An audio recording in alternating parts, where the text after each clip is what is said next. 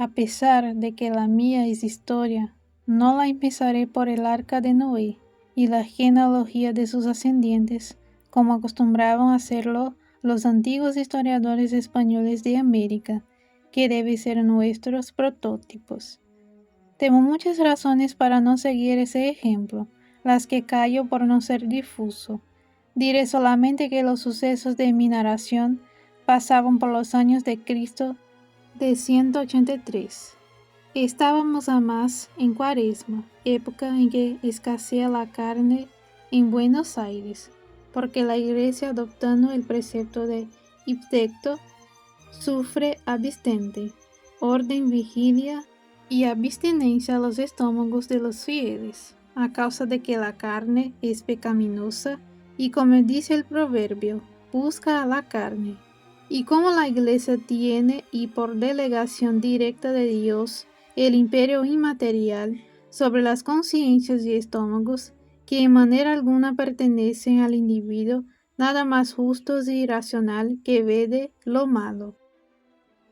Los abastecedores, por otra parte, buenos federales y por lo mismo buenos católicos, sabiendo que el pueblo de Buenos Aires atesora una docilidad singular para someterse a toda especie de mandamiento, solo traen en días incuaresmales el matadero, los novillos necesarios para el sustento de los niños y de los enfermos dispensados de la abstinencia por la bula, y no con el ánimo de que se harte algunos herejotes que no falta dispuestos siempre a violar los mandamientos carnificísimos de la Iglesia y a contaminar la sociedad con el mal ejemplo.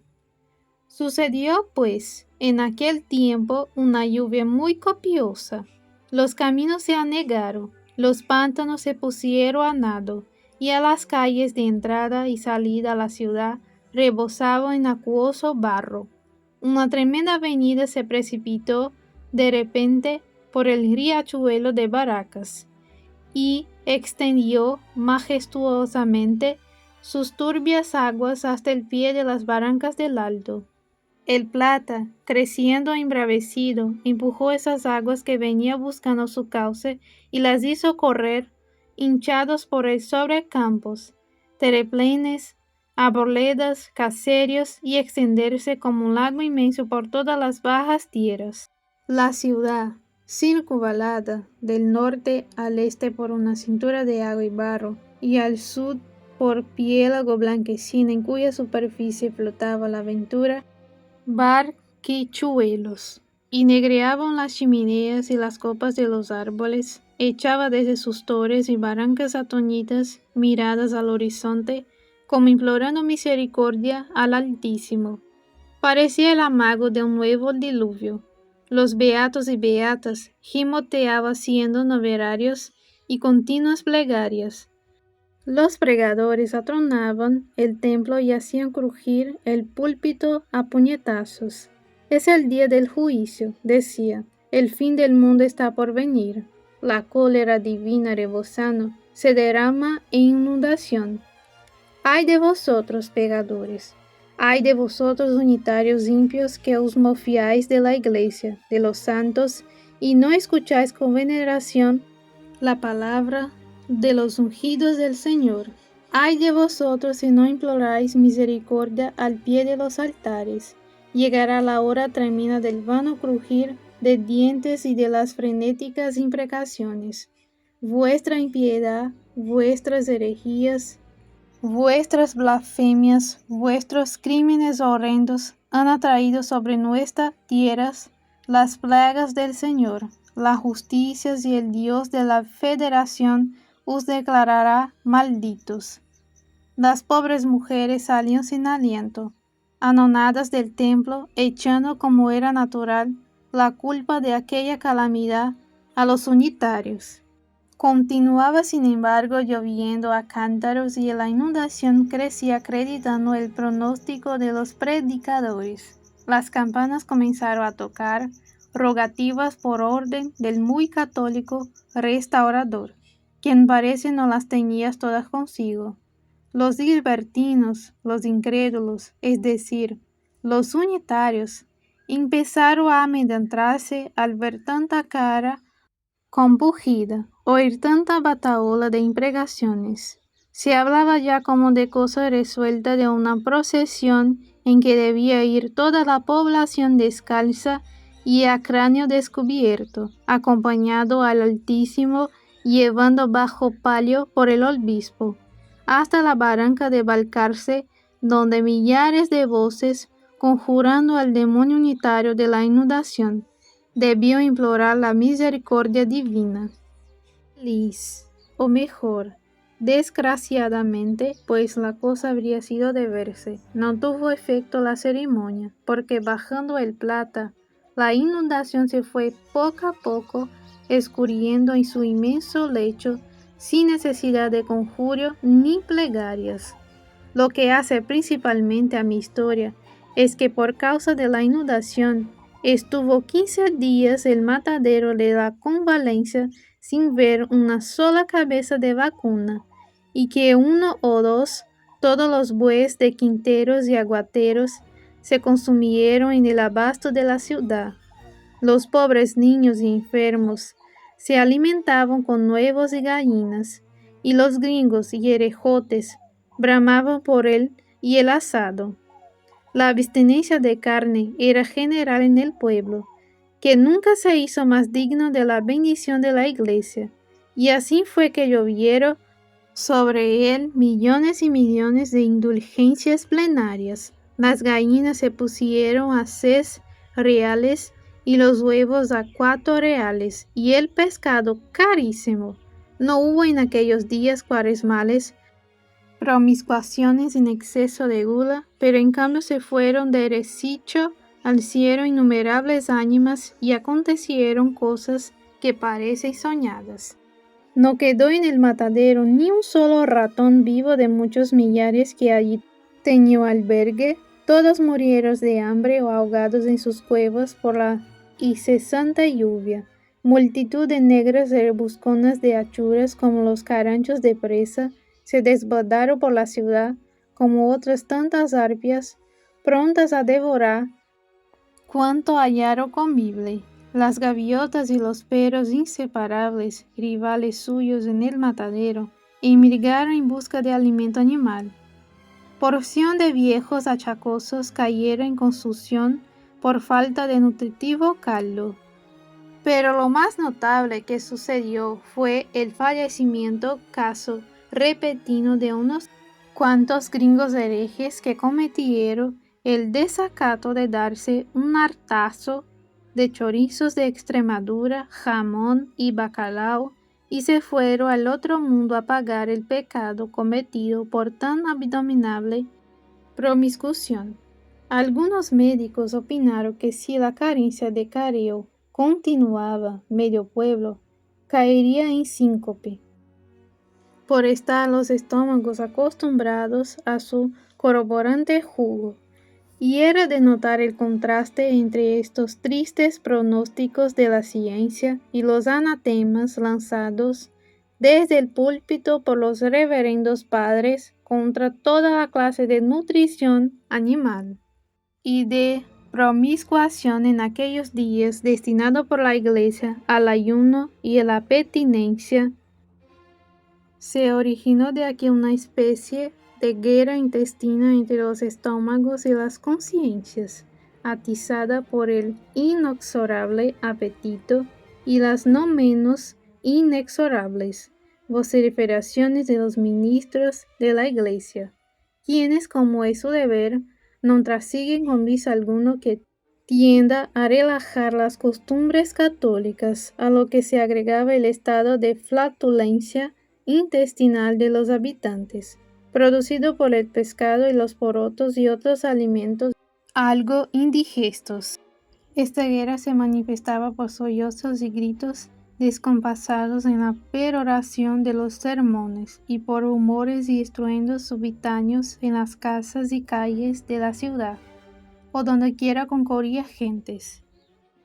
Alarmóse un tanto el gobierno tan paternal como previsor del restaurador, creyendo aquellos tumultos de origen revolucionario y atribuyéndolos a los mismos salvajes unitarios, cuyas impiedades, según los predicadores federales, habían traído sobre el país la inundación de la cólera divina, tomó activas providencias, desparramó sus esbirros por la población y por último, bien informado, promulgó un decreto tranquilizador de las conciencias y de los estómagos, encabezado por un considerado muy sabio y piadoso, para que todo a trance y arremetiendo por agua y todo se trajese ganado a los corrales. En efecto, el 16º día de la carestía, víspera del día de Dolores, entró a nado por el paso de Burgos al matadero del Alto una tropa de 50 novillos gordos, cosa poca, por cierto, por una población acostumbrada a consumir diariamente de 250 a 300 y cuya tercera parte al menos gozaría del fuero eclesiástico de alimentarse con carne. Cosa extraña que hay estómagos privilegiados y estómagos sujetos a leyes inobviables y que la Iglesia tenga la llave de los estómagos. Pero no es extraño, supuesto que el diablo con la carne suele meterse en el cuerpo y que la Iglesia tiene el poder de conjurarlo. El caso es reducir al hombre a una máquina cuyo móvil principal no sea su voluntad, sino la de la Iglesia y el gobierno. Quizá llegue el día en que sea prohibido respirar aire libre, pasearse y hasta conversar con un amigo sin permiso de autoridad competente. Así era, poco más o menos, en los felices tiempos de nuestros beatos abuelos, que por desgracias vino a turbar la Revolución de Mayo. Sea como fuera, a la noticia de la providencia gobernativa, los corrales del Alto se llenaron, a pesar del varo, de carniceros, achoradores y curiosos, quienes recibieron con grandes vociferaciones y palmoteos los 50 novillos destinados al matadero. «Chica, pero gorda», exclamaban, «viva la Federación, viva el Restaurador», porque han de saber los lectores en aquel tiempo, la Federación estaba en todas partes, hasta entre las inmundicias del matadero, y no había fiesta sin Restaurador, como no hay sermón sin Agustín. Cuenta que al oír tan desaforados gritos, las últimas ratas que agonizaban de hambre en sus cuevas se reanimaron y echaron a correr, desentadas, conociendo que volvían a aquellos lugares la acostumbrada alegría y la algazara precursora de abundancia. El primer novillo que se mató fue todo entero, de regalo al Restaurador, hombre muy amigo del asado. Una comisión de carniceros marchó a ofrecérselo a nombre de los federales del matadero, manifestándole su agradecimiento por la acertada providencia del gobierno, su adhesión limitada al Restaurador y su odio entrañable a los salvajes unitarios, enemigos de Dios y de los hombres. El Restaurador contestó a la arenga, reforzando sobre el mismo tema, y concluyó la ceremonia con los correspondientes vivas y vociferaciones de los espectadores y actores. Es de creer que el Restaurador tuviese permiso especial de su Ilustrísima para no abstenerse de carne, porque siendo tan buen observador de las leyes, tan bueno católico y tan acérrimo protector de la religión, no hubiera dado mal ejemplo aceptando semejante regalo en día santo. Siguió la matanza y en cuarto de hora 49 novillos se hallan tendidos en la playa del matadero, desollados unos, los otros que desollaron. El espectáculo que ofrecía entonces era animado y pintoresco, aunque reunía todo lo horriblemente feo, inmundo y deforme de una pequeña clase proletaria peculiar del Río de Plata. Pero para que el lector pueda percibir a un golpe de ojo preciso es hacer un croquis de la localidad. El matadero de la Convalecencia o del Alto, sitio en las quintas al sur de la ciudad, es una gran playa en forma rectangular colocada al extremo de dos calles, una de las cuales allí se termina y la otra se prolonga hacia el este. Esta playa con declive al sur está cortada por un sajón labrado por la corriente de las aguas pluviales, en cuyos bordes laterales se muestran innumerables cuevas de ratones y cuyo cauce recoge en tiempo de lluvia toda la sangraza seca o reciente del matadero. En la junción del lago recto hacia el este está lo que llaman la casilla, edificio bajo de 3 piezas de media agua con corredor al frente que da a la calle y palenque para atar caballos, a cuya espalda se notan varios corrales de palo a pique Yanubay, con sus formidables puertas para encerrar el ganado. Estos corrales son en tiempo de invierno un verdadero lodazal en lo cual los animales apeñuscados se hunden hasta el encuentro y quedan como pegados y casi sin movimiento. En la casilla se hace la recaudación del impuesto de corrales, se cobran las multas por violación de reglamentos y se sienta el juez del matadero, personaje importante, caudillo de los carniceros y que ejerce la suma del poder en aquella pequeña república por delegación del restaurador. Fácil es calcular qué clase de hombre se requiere para el desempeño de semejante cargo. La casilla, por otra parte, es un edificio tan ruin y pequeño que nadie lo notaría en los corrales a no estar asociado su nombre al de terrible juez y a no resaltar sobre su blanca cintura los siguientes letreros rojos: Viva la Federación, viva el restaurador y la heroína Doña Encarnación Excura, muera los salvajes unitarios. Letreros muy significativos, símbolo de la fe política y religiosa de la gente del matadero. Pero algunos lectores no sabrán que de tal heroína es la difunta esposa del restaurador, patrona muy querida de los carniceros, quienes ya muerta la veneraban como viva por sus virtudes cristianas y su federal heroísmo en la revolución contra Balcarce. Es el caso que un aniversario de aquella memorable hazaña de la mazorca, los carniceros festejaron con un espléndido banquete en la casilla a la heroína, banquete a que concurrió con su hija y otras señoras federales, y que allí en presencia de un gran concurso ofreció a los señores carniceros en un solemne brindis su federal patrocinio, por cuyo motivo ellos la proclamaron entusiasmados patrona del matadero, estampando su nombre en las paredes de la casilla donde estará hasta que lo borre la mano del tiempo. La perspectiva del matadero a la distancia era grotesca, llena de animación.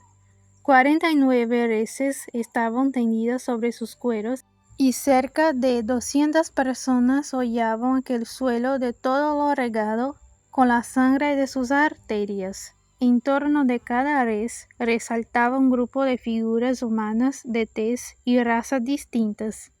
La figura más prominente de cada grupo era el carnicero con el cuchillo en la mano, brazo y pecho desnudos, cabello largo y revuelto, camisa y chipará, y rostro embordonado de sangre. A sus espaldas se rebullían caracoleando y siguiendo los movimientos una comparsa de muchachos, de negras y mulatas achuradoras, cuya fealdad trasuntaba las arpias de la fábula, y entremezclados con ella algunos enormes matines, olfateando, gruñían o se daban de tarascones por la presa. 40 y tantas caretas toldadas con negruzco y pelado cuero se escalonaban irregularmente a lo largo de la playa, y algunos jinetes con el poncho calado y el lazo prendido al tiento, Cruzaba por entre ellas al tranco o reclinado sobre el pescuezo de los caballos, echaba un ojo indolente sobre uno de aquellos animados grupos, al paso que más arriba en el aire un enjambre de gaviotas blanquiazules que habían vuelto de la inmigración al olor de carne, revolteaban cubriendo con su disonante graznido todos los ruidos y voces del matadero y proyectando una sombra clara sobre aquel campo de horrible carnicería. Esto se notaba al principio de la matanza, pero a medida que adelantaba, la perspectiva variaba, los grupos se deshacían, venía a formarse tomando diversas amplitudes y se desparramaban corriendo como si en medio de ellos cayese alguna bala perdida o asomase la quijada de algún encolerizado mastín. Esto era que el carnicero en un grupo, descuartizaba a golpe de hacha, colgada en los cuartos en los ganchos a su carreta, despellejaba en este, sacaba el cebo en aquel, de entre la chusma que ojeaba y guardaba la presa de hachura, salía de cuando en cuando una mugrienta mano a dar un tascarón con el cuchillo al cebo o a los cuartos de las res, lo que originaba gritos y explosión de cólera del carnicero y el continuo hervidero de los grupos, dichos y gritaría descompasaba de los muchachos. Ahí se mete el cebo en las tetas, la tía, gritaba uno. Aquel lo escondió en el alzapón, replicaba la negra.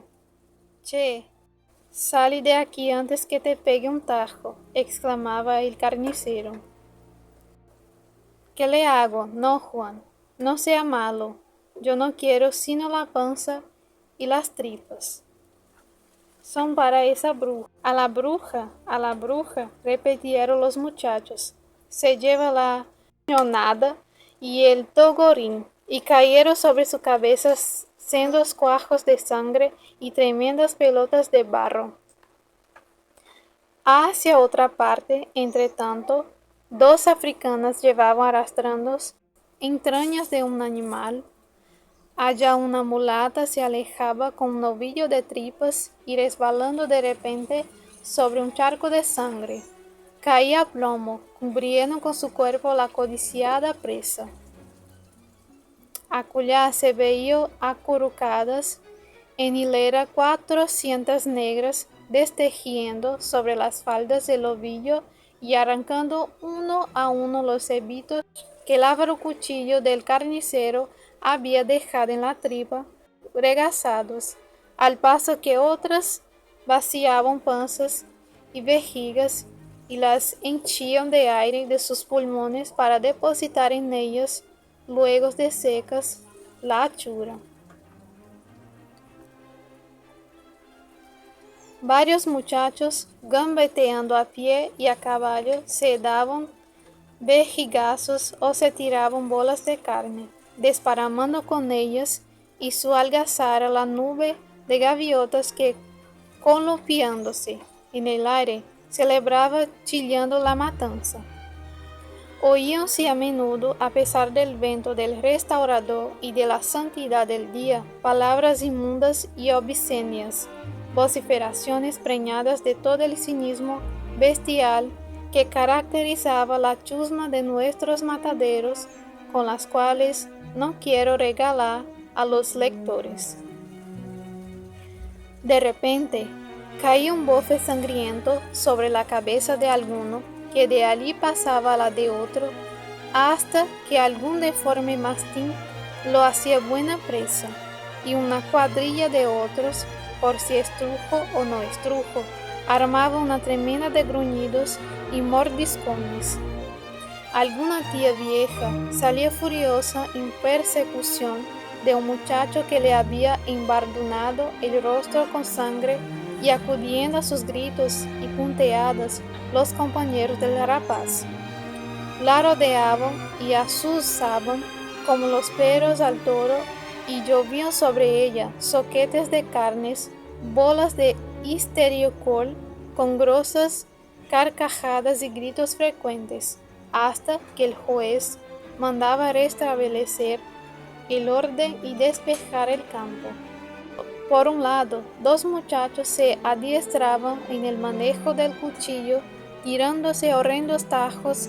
Por otro, cuatro, ya adolescentes, ventilaban a cuchilladas el derecho a una tripa gorda y un mondongo que había robado a un carnicero, y no de ellos distantes, porción de perros flacos ya de la forzosa abstinencia, empleaba el mismo medio para saber quién se llevaría un hígado envuelto en barro. Simulacro en pequeño, era este del modo bárbaro con que se ventilan en nuestro país las cuestiones y los derechos individuales y sociales. En fin, la escena que se representaba en el matadero era para vista, no para escrita. Un animal había quedado en los corrales de corta y ancha cerviz de Mirafiero, sobre cuyos órganos genitales no estaban conformes los pareceres, porque tenía apariencias de toro y de novillo. Llególe su hora. Dos enlazadores a caballos penetraron al corral, en cuyo contorno hervía la chusca a pie, a caballo, y horquetaban sobre sus nudosos palos. Formaba en la puerta el más grotesco y sobresaliente grupos varios pialadores y enlazadores de a pie, con el brazo desnudo y armados del centero lazo, la cabeza cubierta con pañuelo punzón y chaleco, y chiripá colorado, teniendo a sus espaldas varios jinetes y espectadores de ojo escrutador y anhelante.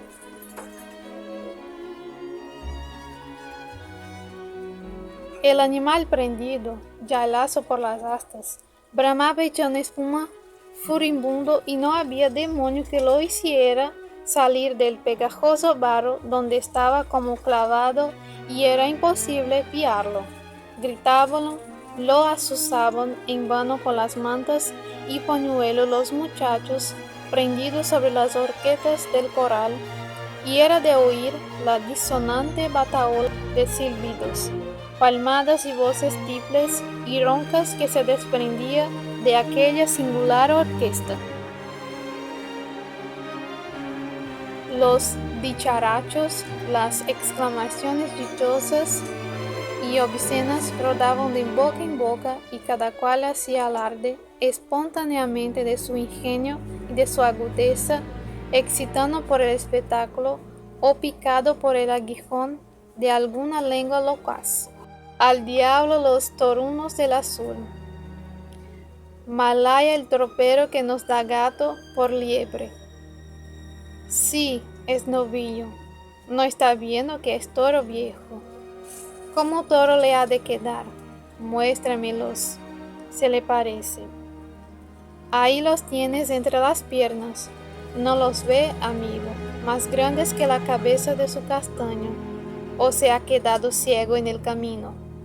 Su madre sería la ciega, pues que tal hijo ha parido. ¿No ve que todo ese bulto es barro? Es imperado y arisco comunitario, y al oír esta mágica palabra, todos a una voz exclamaron: «Muera los salvajes unitarios». Para el tuerto los H. Sí, para el tuerto, que es hombre de C, para pelear con los unitarios. Él mata hambre a mata 7, degollador de unitarios. Viva mata 7, a mata 7, él mata al hambre. Allá va, gritó una voz ronca, interrumpiendo aquellos desahogos de la cobardía feroz. Allá va el toro. Y en efecto, el animal, acosado por los gritos y sobre todo por dos picadas agudas que la espoleaba la cola, sintiendo flojo el lazo, arremetió bufando a la puerta, lanzando a entrambos lados una rojiza y fosfórica mirada. Dióle el tirón, el enlazador, sentando su caballo, desprendió el lazo de la asta, crujió por el aire un áspero zumbido, y al mismo tiempo se vio rodar desde lo alto de una horqueta del corral como si un golpe de la hacha la hubiese dividido. Acercó una cabeza de niño cuyo tronco permaneció inmóvil sobre su caballo de palo, lanzando por cada arteria un largo chorro de sangre. Se cortó el lazo, gritaron unos, allá va el toro, pero otros, deslumbrados y atónitos, guardaron silencio porque todo fue como un relámpago. Desparamándose un tanto el grupo de la puerta, una parte se agolpó sobre la cabeza y el cadáver palpitante del muchacho degollado por el lazo, manifestando horror en su atónito semblante, y la otra parte, compuesta de jinetes que no vieron la catástrofe, se escurrió en distintas direcciones en el pos del toro, vociferando y gritando: «Allá va el toro, atajen, guarda, enlaza, 7 pelos, que te agarra, botija, ya furioso, no se le ponga delante, ataja, ataja morado, de la espuela al mancarón, ya se metió en la calle sola, que lo atajen el diablo». El tropel y vocifería era infernal. Unas cuantas negras a cucharadas sentadas en hilera al borde del sajón, oyendo el tumulto, se acogieron y agazaparon entre las panzas y tipas que desrendaban y devanaban con la paciencia de Penélope, lo que sin duda la salvó, porque el animal lanzó al mirarlos un vociferó aterrador, dio un brinco sesgado y siguió adelante perseguido por los jinetes. Cuentan que de una de ellas se fue de cámaras, otra rezó 10 salves en 2 minutos y 2 prometiera a San Benito no volver jamás a aquellos malditos corrales y abandonar el oficio de acucharadoras. No se sabe ni si cumplieron la promesa.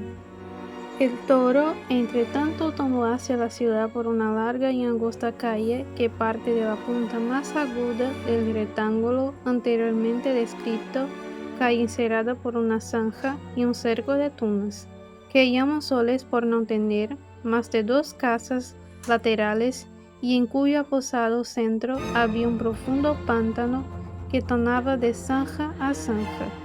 Cierto inglés, de vuelta de su saladero, vadeaba este pántano a la sazón, paso a paso, en un caballo de algo arisco, y sin duda iba tan absorto en sus cálculos que no oyó el tropel de jinetes ni la gritería, sino cuando el toro arremetía al pántano.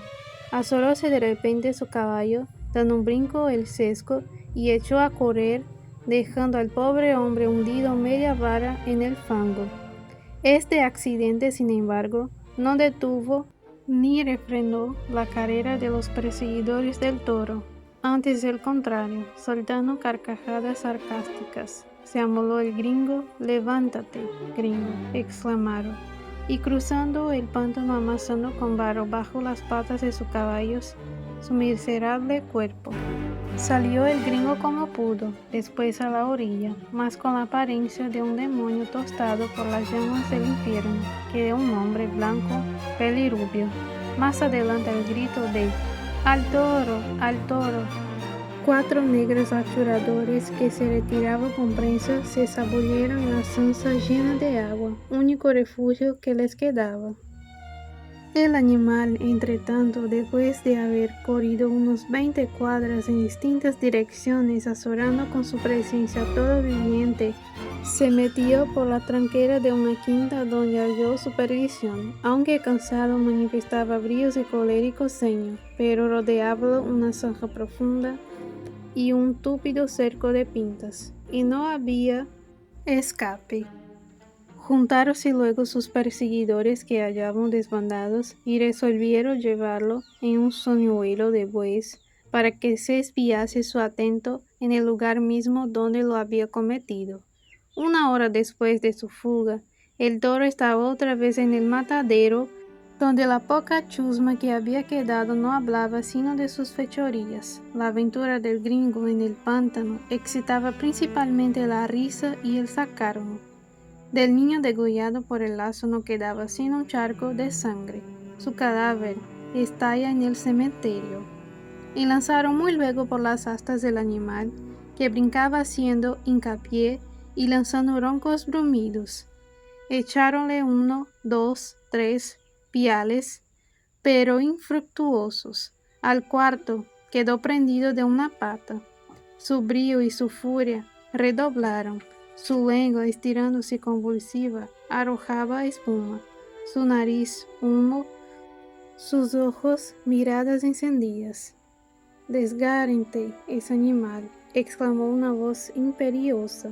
Matasiete se tiró al punto del caballo, cortóle el garrón de una cuchillada y gambeteando en torno de él con su enorme daga en mano, se la hundió al cabo hasta el puño en la garganta, mostrándola enseguida humeante y roja a los espectadores. Brotó un torrente de la herida, exhaló algunos bramidos roncos, vaciló y cayó al soberbio animal entre los gritos de la chusma que proclamaba Matasiete vencedor y le adjudicaba en premio el mata-hambre.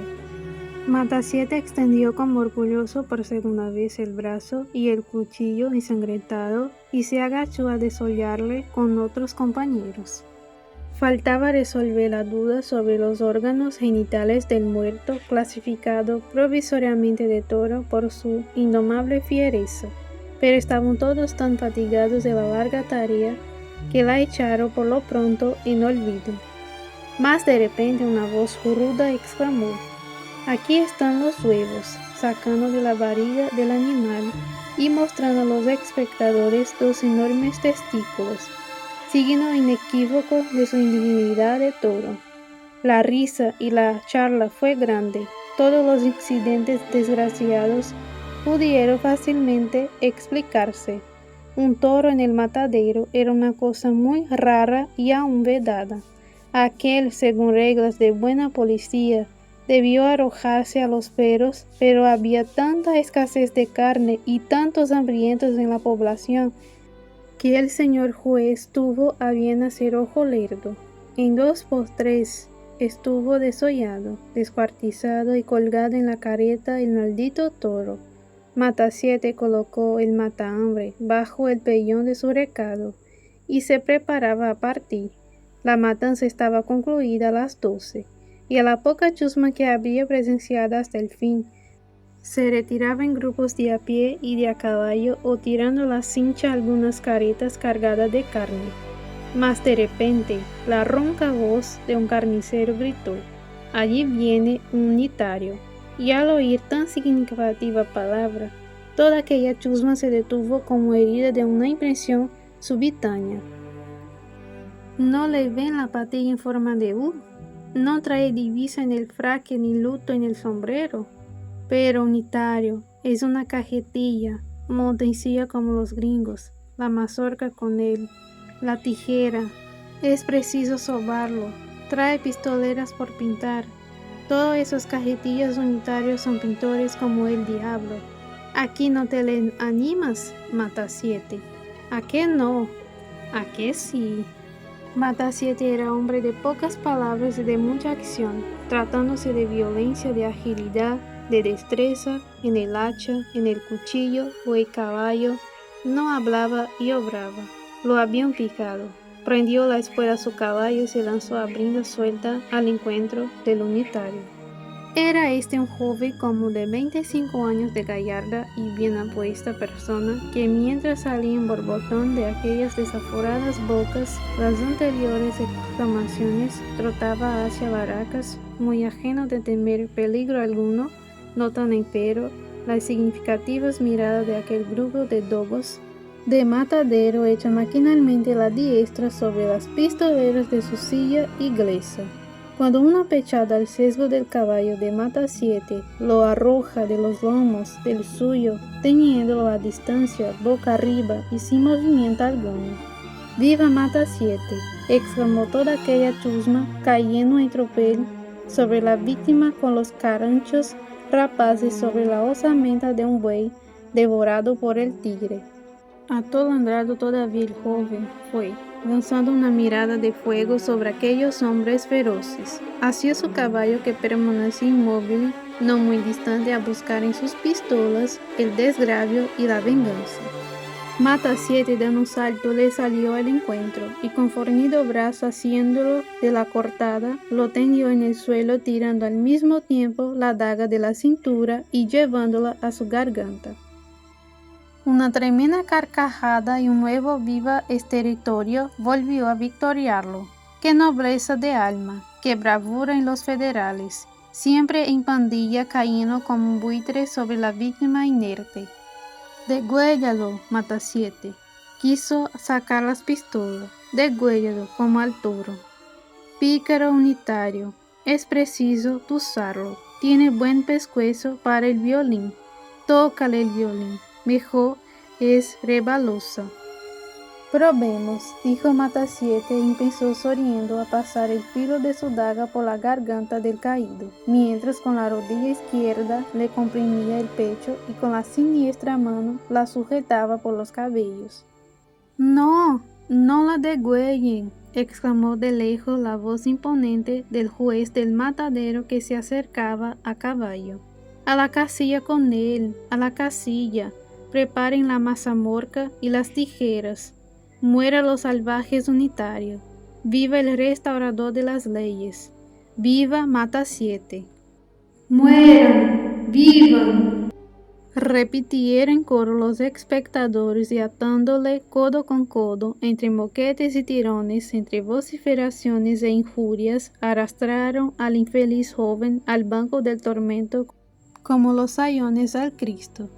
La sala de la casilla tenía en su centro una grande y fornida mesa de la cual no salían los vasos de bebida y los naipes, sino para dar lugar a las ejecuciones y tortura de los sayones federales del matadero.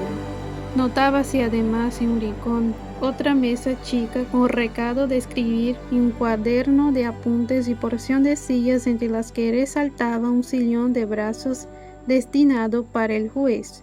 Un hombre, soldado en apariencia, sentado en una de ellas, cantaba al son de la guitarra La Resbalosa, tonada de inmensa popularidad entre los federales cuando la chusma, llegando en tropel al corredor de la casilla, lanzó a empellones al joven unitario hacia el centro de la sala. «A ti te toca La Resbalosa», gritó uno. «Encomienda tu alma al diablo. Está furioso con tono motaraz. Ya le amansará el palo. Es preciso sobarlo. Por ahora verga y tijera. Si no, la vela. Mejor será la mazorca». «Silencio y sentarse», exclamó el juez dejándose caer sobre su sillón. Todos obedecieron mientras el joven de pie, encarando al juez, exclamó con voz de indignación: «Infames sayones, ¿qué intentó hacer de mí?» «Calma», dijo, sonriendo el juez, «no hay que escolarizarse, ya lo verás». El joven en efecto estaba fuera de sí de cólera. Todo su cuerpo parecía estar en convulsión. Su pálido y amorotado rostro, su voz, su labio trémulo, mostraban el movimiento convulsivo de su corazón, la agitación de sus nervios. Sus ojos de fuego parecían salirse de la órbita. Su negro y lacio cabello se levantaba erizado, su cuello desnudo y la pechera de su camisa dejaban entrever el latido violento de sus arterias y la respiración anhelante de sus pulmones. «¿Tiemblas?», le dijo el juez, «de rabia, porque no puedo sofocarte entre mis brazos. ¿Tendrías fuerza y valor para eso? Tengo de sobra voluntad y coraje para ti, infame. A ver las tijeras de tuzar mi caballo. Túcelo a la federala». Dos hombres le asieron, vino de la ligadura del brazo, otro de la cabeza, y en un minuto cortáronle la patilla que poblaba toda su barba por bajo, con risa estrepitosa de sus espectadores. «A ver», dijo el juez, «un vaso de agua para que se refresque». «Uno de hiel te haría yo beber, infame». Un negro petizo púsole al punto delante con vaso de agua en la mano. Diole el joven un puntapié en el brazo y el vaso fue a estrellarse en el techo, salpicando el asombrado rostro de los espectadores. «Este es incorregible. Ya lo domaremos». Silencio, dijo el juez. Ya estás afeitada a la federala, solo te falta el bigote. Cuidado con olvidarlo, ahora vamos a cuentas. ¿Por qué no traes divisa? Porque no quiero. ¿No sabes que lo manda el restaurador? La librea es para vosotros, esclavos, no para los hombres libres. A los libres se les hace llevar a la fuerza. Sí, la fuerza y la violencia bestial, esas son vuestras armas, infames. El lobo, el tigre y la pantera también son fuertes como vosotros. Deberíais andar como ellas en 4 patas. ¿No temes que el tigre te despedace? Lo prefiero a que maniatado me arranque como el cuervo una a una las entrañas. ¿Por qué no llevas luto en el sombrero por la heroína? Porque lo lleva en el corazón por la patria que vosotros habéis asesinado. Infames. ¿No sabes que así lo dispuso el restaurador? Lo dispusisteis vosotros, esclavos, para lisonjear el orgullo de vuestro Señor y tributarle vasallaje infame. Insolente, te has embravecido mucho, te haré cortar la lengua, si chitas. Abajo los calzones a ese mentecato carretilla y a nalga pelada de la enverga, bien atado sobre la mesa. Apenas articuló el juez, 4 sayones salpicados de sangre. Suspendieron al joven y lo tendieron largo a largo sobre la mesa, comprimiéndole todos sus miembros. Primero degollarme que desnudarme, infame, canalla. Ataronle un pañuelo por la boca y empezaron a tironear sus vestidos. Encogíase el joven, pateaba, hacía rechinar los dientes. Tomaban ahora sus miembros la flexibilidad del bronco. Ahora la dureza del fiero y su espina dorsal era el eje de un movimiento parecido al de la serpiente.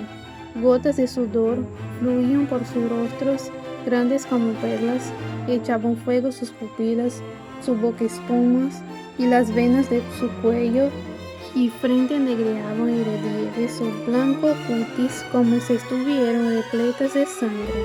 «Atenlo primero», exclamó el juez. «Está rugiendo de rabia», articuló un sayón. En un momento liaron sus piernas en ángulo a los 4 pies de la mesa, volcando su cuerpo boca abajo. Era preciso hacer igual operación con las manos, para lo cual soltaron las ataduras que las comprimían en la espalda. Sintiéndolas libres, el joven, por un movimiento brusco en el cual pareció agotarse toda su fuerza y vitalidad, se incorporó primero sobre sus brazos, después sobre sus rodillas y se desplomó al momento murmurando: «Primero degollarme que desnudarme, infame, canalla». Sus fuerzas se habían agotado, inmediatamente quedó atado en cruz y empezaron la obra de desnudarlo. Entonces un torrente de sangre brotó, borboleando de la boca y las narices del joven, y extendiéndose empezó a caer a chorros por entrambos lados de la mesa. Los sayones quedaron inmóviles y los espectadores estupefactos. «Reventó de rabia el salvaje unitario», dijo uno. «Tenía un río de sangre en las venas», articuló otro. «Pobre diablo, queríamos únicamente divertirnos con él, y tomó la cosa demasiado a lo serio», exclamó el juez frunciendo el ceño de tigre. «Es preciso dar parte, desátenlo y vamos». Verificaron la orden, echaron llave a la puerta y en un momento se escurrió la chusma en pos del caballo del juez cabizbajo y taciturno. Los federales habían dado fin a una de sus innumerables proezas. En aquel tiempo, los carniceros degolladores del matadero eran los apóstoles que propagaban a verga y puñal la Federación Rosina, y no es difícil imaginarse qué federación saldría de sus cabezas y cuchillas.